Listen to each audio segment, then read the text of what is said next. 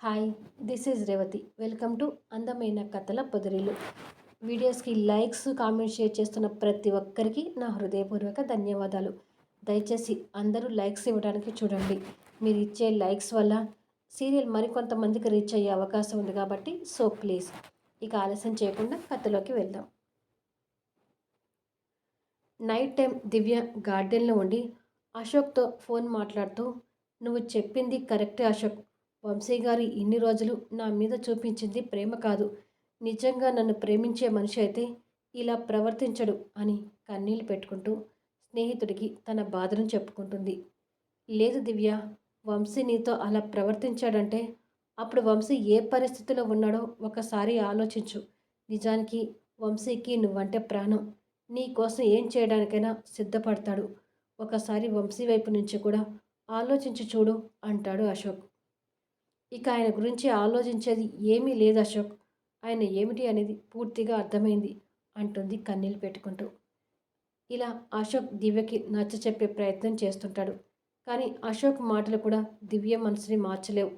ఇలా దివ్య అశోక్తో మాట్లాడి ఫోన్ పెట్టేసి లోపలికి వెళ్ళబోతుంటే ఎదురుగా వంశీ ఉంటాడు. వంశీని కోపంగా చూస్తూ లోపలికి వెళ్ళి నిద్రపోతున్న వాళ్ళ అత్తగారి పక్కకు వెళ్ళి పడుకుంటుంది. తెల్లారి ప్రసన్నాంబగారు ఊరు వెళ్ళడానికి బయలుదేరింది. ఆమె తోడుగా ఉండడంతో కాస్త ధైర్యంగా ఉన్న దివ్య ప్రసన్నాంబగారు బయలుదేరేసరికి మళ్ళీ వంశీ ఎలాంటి అఘాయిత్యానికి పాల్పడతాడోనన్న భయం మొదలవుతుంటుంది. ఆ భయంతోనే మరికొన్ని రోజులు ఉండి వెళ్ళండి అత్తయ్య గారు అని అడుగుతుంది వాళ్ళ అత్తగారిని. మన నందిని పెళ్లి కుదిరింది కదమ్మా, మరో 6 నెలల్లో ముహూర్తాలు పెట్టుకోబోతున్నారు. పెళ్లి బట్టల కోసం అందరం కలిసి ఇక్కడికే వస్తాము.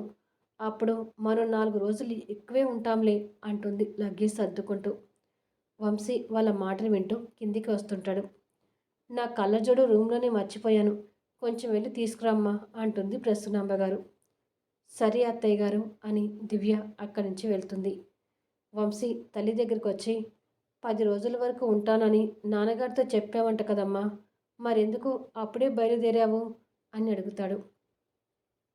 ఉండాలని అనుకున్నాన్రా, కానీ నేను ఇక్కడ ఉన్నన్ని రోజులు దివ్య నా రూమ్లోనే పడుకుంటుంది. నేను ఉండి మీ ఇద్దరిని ఇంకా దూరం చేయలేను. ఈ వయసులో ఇప్పుడు మాకున్న ఆశ ఈ ఇంటి వారసుడిని చూసుకోవడం. అది త్వరగా జరగాలని భగవంతుని కోరుకుంటూ వెళ్తున్నాను అంటుండగా దివ్య కళ్ళజోడు తీసుకొని ఆ మాటలు వింటూ వంశీ వైపు చూసుకుంటూ వస్తుంది. తల్లి కోరిక ఎప్పటికీ తీరదనే బాధతో వంశీ దివ్య వైపు చూస్తుంటాడు. ఇంతలో రఘు కార్ సౌండ్ వినపడుతుంది. నన్ను స్టేషన్ దగ్గర దింపడానికి రఘుని రమ్మన్నాను అంటూ ప్రసన్నమ్మ గారు బ్యాగ్ పట్టుకోబోతుంటే, బ్యాగ్ నేను తీసుకొస్తాను, మీరు పదండి అత్తయ్య గారు అంటూ దివ్య బ్యాగ్ పట్టుకుంటుంది. ముగ్గురు బయటికి వస్తారు. ప్రసన్నాంబ గారు కారు ఎక్కబోతూ, వెళ్ళొస్తాను దివ్య, జాగ్రత్తగా ఉండు అంటుంది. దివ్య కన్నీళ్ళు పెట్టుకుంటూ ప్రసన్నాంబని హక్ చేసుకొని, భయం వేస్తుంది అత్తయ్య గారు అంటుంది. దివ్య ఆ మాట ఎందుకు అంటుందో వంశీకి రఘుకి అర్థమై దివ్య వైపు జాలిగా చూస్తుంటారు. ప్రసన్నాంబ దివ్య కన్నీళ్ళు తుడుస్తూ, పిచ్చి పిల్ల, భయం ఎందుకు? నీ ఇంట్లో నువ్వు ధైర్యంగా ఉండాలి. ఇలా ప్రతిదానికి ఏడవకూడదు. నీకు నువ్వే శ్రీరామ రక్షగా ఉండాలి, సరేనా అని వంశీ వైపు చూసి, దివ్యని జాగ్రత్తగా చూసుకో వంశీ అని చెప్పి కారెక్కుతుంది. రఘు కార్ స్టార్ట్ చేసుకొని వెళ్ళిపోతాడు. దివ్య ఏడుస్తూనే ఇంట్లోకి వస్తుంది. వంశీ కొన్ని క్షణాలు అక్కడే ఆలోచిస్తూ నిలబడి నిదానంగా ఇంట్లోకి వస్తాడు. పైన రూమ్లోకి వెళ్ళడానికి మెట్లు ఎక్కబోతూ కిచెన్ సైడ్ చూస్తాడు. దివ్య కాలుతున్న పెనం మీద తన చెయ్యిని పెట్టి కాల్చుకుంటూ కనిపిస్తుంది. వంశీ అది చూసి షాక్ అవుతూ దివ్య దగ్గరికి పరిగెత్తుకుంటూ వచ్చి, ఏం చేస్తున్నావు దివ్య అంటూ తనని పక్కకు లాగుతాడు. అప్పటికే దివ్య చెయ్యి కాలిపోయి ఉంటుంది. నీకేమైనా పిచ్చి పట్టిందా, ఎందుకు ఇలా బిహేవ్ చేస్తున్నావు అంటూ ఆవేశపడతాడు. ఇక నుంచి మీరు నన్ను ఏ కాస్త ముట్టుకున్నా ఇలాగే పిచ్చి పట్టినట్టుగా కాల్చుకుంటాను. మీ నుంచి నన్ను నేను కాపాడుకోవాలంటే నేను ఇక ఇలాంటి శిక్షలు వేసుకోక తప్పదు అంటుంది కోపంగా చూస్తూ. కాలిపోయిన దివ్య చేయిని వంశీ బాధపడుతూ చూసి, తప్పు చేసింది నేను అయితే నువ్వెందుకు శిక్ష వేసుకుంటున్నావు అంటాడు. ఆ తప్పు చేయడానికి అవకాశం ఇచ్చింది నేనే కదా, మిమ్మల్ని నమ్మి మీతో అతి చనువుగా ఉన్నాను, అది నేను చేసిన తప్పు అంటుంది. వంశీ మందు తెచ్చి రాయబోతుంటే, అక్కర్లేదు, ఈ వంక పెట్టుకొని నన్ను మళ్ళీ తాకొద్దు, నాతో ఇక నుంచి మాట్లాడడానికి కూడా ప్రయత్నించవద్దు అని కన్నీళ్లు పెట్టుకుంటూ తన రూమ్లోకి వెళ్తుంది. వంశీ కళ్ళలో కూడా కన్నీళ్లు సుడిగుండంలా తిరుగుతుంటాయి. స్వీటీ మాయా ఇంటికి వచ్చి, మాయా, మాయా అని గట్టిగా కోపంతో పిలుస్తుంది. మాయ బయటకు వచ్చి, ఏంటి స్వీటీ అంటుంది. స్వీటీ మాయా చెంప మీద గట్టిగా కొడుతుంది. ఆ దెబ్బకి తను గింగరాలు తిరిగి, నన్నెందుకు కొట్టావు అని అడుగుతుంది. చంపకుండా వదిలేస్తున్నందుకు సంతోషపడు. వంశీ పూర్తిగా మారిపోయి భార్యకు దగ్గరవుతున్న టైంలో శనిలా దాపురించావు కదే, పాపిష్టి డబ్బు కోసం వాళ్ళిద్దరిని ఎలా విడదీయాలనిపించింది అంటుంది స్వీటీ. నువ్వేదో పెద్ద ప్రతివ్రతలాగా మాట్లాడుతున్నావేంటి అంటుంది మాయ. నిజమే, నిన్ను ప్రతివ్రతని కాను, కానీ వంశీ జంటను చూశాక, ఒకరి కోసం ఒకరు వాళ్ళు పడుతున్న తపన చూశాక నాకు ఆ జీవితాన్ని వదిలేసి మామూలుగా బతకాలనిపించింది. మన పరిస్థితులు బాగలేకనో, కొన్ని సమస్యలకు తలొంచో ఇలాంటి మార్గంలోకి వస్తాము. కానీ మనలాంటి వారి వల్ల ఎంతోమంది సంసారాలు రోడ్డున పడుతుంటాయి. మనం ఒక పరాయి మగాడి దగ్గర పడుకున్నప్పుడు మనలాంటి ఒక అమ్మాయి జీవితాన్ని నాశనం చేస్తున్నామని ఎందుకు ఆలోచించము? డబ్బు కోసం, కోరికలు తీర్చుకోవడం కోసం మనలాంటి ఆడవాళ్ళు ఉండబట్టే వంశీ లాంటి మగాళ్ళు పుట్టుకొస్తున్నారు. కానీ వంశీ ఇప్పుడు పూర్తిగా మారిపోయి కొత్త జీవితంలోకి వెళ్ళాడు. అలాంటి వంశీని చెడగొట్టాలని మళ్ళీ ఇంకొకసారి ప్రయత్నం చేశావో నిన్ను చంపేయడానికి కూడా వెనకాడను. నీకు డబ్బు అవసరం ఉంటే కష్టపడి సంపాదించుకో. అప్పుడే ఆ డబ్బుకి విలువ తెలిసి ఖర్చు పెడతావు. నీ భోగాల కోసం అవతల వారి సంసారాలని నాశనం చేయాలని చూడకు. నువ్వు మనిషివి అయితే మంచి మనసుతో బతకడం నేర్చుకో. అప్పుడే నీ బతుక్కి ఒక విలువ ఉంటుంది అని స్వీటీ తనకి సీరియస్ వార్నింగ్ ఇచ్చి వెళ్ళిపోతుంది. వంశీ ఆఫీస్కి రెడీ అయి డైనింగ్ టేబుల్ దగ్గరికి వచ్చి దివ్యని చూస్తూ మౌనంగా కూర్చుంటాడు. దివ్య అంతే మౌనంగా వంశీకి టిఫిన్ వడ్డిస్తుంటుంది. వారిద్దరి మధ్య మాటలు లేక మౌనం ఏర్పడింది, కానీ ఒకరి విషయంలో మరొకరు మాత్రం బాధ్యతగా వ్యవహరిస్తుంటారు. ఇలా రోజులు గడుస్తుంటాయి. ఇద్దరిలోనూ మౌనం. ఎదురుపడ్డప్పుడు ఒకరి కళ్ళలోకి ఒకరు చూసుకోవడం తప్ప మాటలు లేవు. వారిద్దరు ఇంట్లో ఉన్న ఎవరూ లేని ఇల్లులాగే ఉండిపోతుంది. ఆ నిశ్శబ్దంతో వారిద్దరికీ వాళ్ళ మొదటి రోజులు గుర్తొస్తున్నాయి. ఎలాంటి రోజులైతే రావద్దు అనుకున్నారో అలాంటి రోజులు గడిచిపోతున్నాయి. ఒకరోజు దివ్య కబోర్డులో నుంచి తన హెల్త్ రిపోర్ట్ తీసుకుంటూ, ఆంటీ దగ్గరికి చెకప్కి వెళ్ళేది ఈరోజే అని అనుకొని, మళ్ళీ నా బతుకు ఒంటరి బతుకైంది. అయినా ఏమైంది, పెళ్ళికి ముందు చెకప్కి ఒంటరిగానే వెళ్ళేదాన్ని, ఇప్పుడు కూడా అంతే వెళ్తాను. ఎప్పటికీ నాకు తోడుగా ఉండేది ఈ ఒంటరితనమే అని అనుకొని డాక్టర్ వసుంధర్కి ఫోన్ చేసి మధ్యాహ్నానికి అపాయింట్మెంట్ తీసుకుంటుంది. కింద వంశీ ఆఫీస్కి బయలుదేరి వచ్చి, ఈ రోజంతా ఆఫీస్లో నేను బిజీగా ఉంటాను, లంచ్ చేయడానికి కూడా కుదరదు, ఆఫీస్కి లంచ్ పంపించకండి అని చెప్పి వెళ్తుంటాడు. దివ్య ఆ మాటలు వింటూ కిందికి వచ్చి తన ఆరోగ్యం గురించి అసలు పట్టించుకోవడం లేదనే ఉద్దేశంతో వెళ్తున్న వంశీ వైపు చూస్తుంటుంది. మధ్యాహ్న టైంకి దివ్య చేతిలో రిపోర్ట్స్ పట్టుకొని హాస్పిటల్ ముందు ఆటో దిగి లోపలికి వెళ్ళేసరికి వంశీ చేతి వాచ్ చూసుకుంటూ దివ్య కోసం ఎదురు చూస్తూ కూర్చుంటాడు. దివ్య అక్కడ వంశీని చూసి కాస్త ఆశ్చర్యపోతుంటే, వంశీ దివ్య వచ్చిని చూసి కాస్త రిలాక్స్ అయి తలదించుకొని మౌనంగా కూర్చుంటాడు. దివ్య వచ్చి వంశీ పక్క సీట్లో కూర్చుంటుంది. ఇద్దరు మౌనంగానే ఒకరి ముఖాలు ఒకరు చూసుకొని ఊరుకుంటారు. కొద్దిసేపటికి వసుంధర గారు పిలవగానే ఇద్దరు లోపలికి వెళ్తారు. మరి కొద్దిసేపటికి ఇద్దరు బయటకు వస్తారు. వంశీ కారు దగ్గరికి వెళ్ళి దివ్యని కారు ఎక్కమన్నట్టుగా దివ్య కూర్చున్న సైడ్కి కార్ డోర్ తీసి నిలబడతాడు. దివ్య అర్థం చేసుకుని వచ్చి కారు ఎక్కుతుంది. కార్ని ఫాస్ట్గా డ్రైవ్ చేసుకుంటూ ఇంటికి వస్తాడు. ఇద్దరు కారు దిగి లోపలికి వెళ్తారు. రాజమ్మ వారిని చూసి, సార్ భోజనం వడ్డించమంటారా అని అడుగుతుంది. లేదు రాజమ్మ, నేను త్వరగా వెళ్ళాలి, ముందు కొన్ని వాటర్ ఇవ్వు అంటాడు.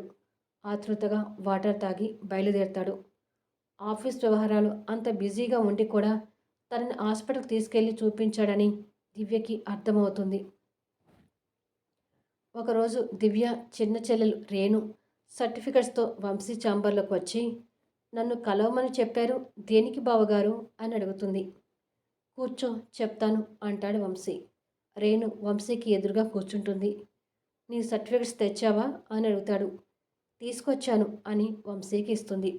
వంశీ ల్యాండ్ ఫోన్తో కాల్ చేసి 2 కాఫీ అని చెప్పి ఫోన్ పెట్టేసి ఆ సర్టిఫికెట్స్ చూస్తూ గుడ్, మంచి పర్సంటేజ్ ఉంది, మరెందుకు జాబ్ చేయకుండా ఖాళీగా ఉన్నావు అని అడుగుతాడు. నా తెలివితేటలకు తగ్గ ఉద్యోగం దొరకక అంటుంది. ఏంటి అంటాడు కొంచెం గంభీరత్వంతో. రేణు కంగారు పడుతూ అదే బావగారు, ఎక్కడ జాబ్ చూసుకున్నా వేలల్లో అంటున్నారు కానీ లక్షల్లో రావడం లేదు. లక్షల శాలరీ తీసుకోవాలని నా ఆశ. అలాంటి జాబ్ కోసం ఎదురు చూస్తున్నాను అంటుంది. ఇంతలో కాఫీ వస్తుంది. ఇద్దరు కాఫీ తాగుతూ మాట్లాడుతుంటారు.